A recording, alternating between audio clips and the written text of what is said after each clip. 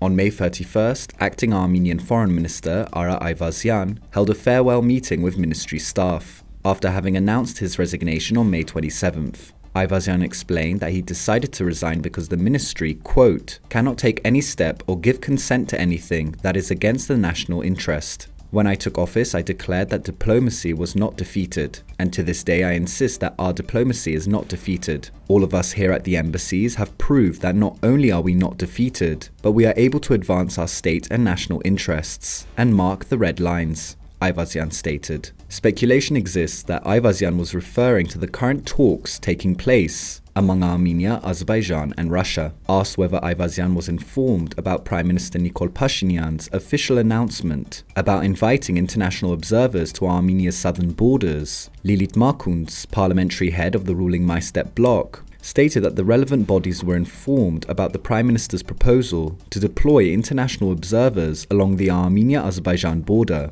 adding that no objections were voiced. Spokeswoman of the Armenian Foreign Ministry, Anna Naghdalyan, too has announced her resignation.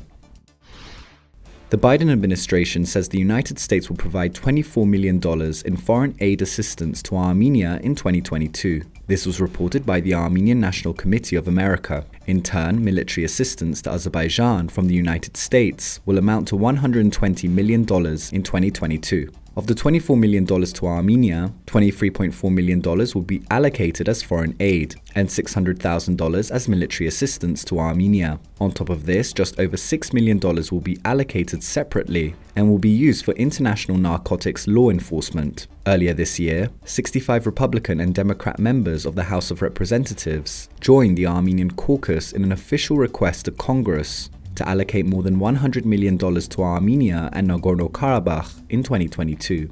Criticism emerged online as many saw the figure of $24 million as far too small. And Vahan Zanoyan, in a conversation with Lara Cholakyan, speaks about his memories of the Armenian genocide and the challenges his forefathers faced when they were deported from Musadag to Sebastia. He reflects on the impact his family traumas have had on him and the actions he has taken to keep the memory alive and to transform his trauma into a productive process for the development of Armenia.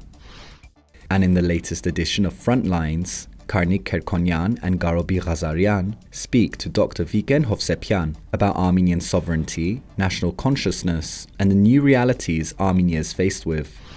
And finally, on May 19th, the Pontic Greek community of Armenia commemorated the Pontic genocide, and on May 21st, the community invited Armen Khachikyan, a historian, to talk about the Pontic genocide at the Educational and Cultural Center on National Minorities of the Prime Minister's staff in Yerevan. ＳiViLNeT's team went to find out more.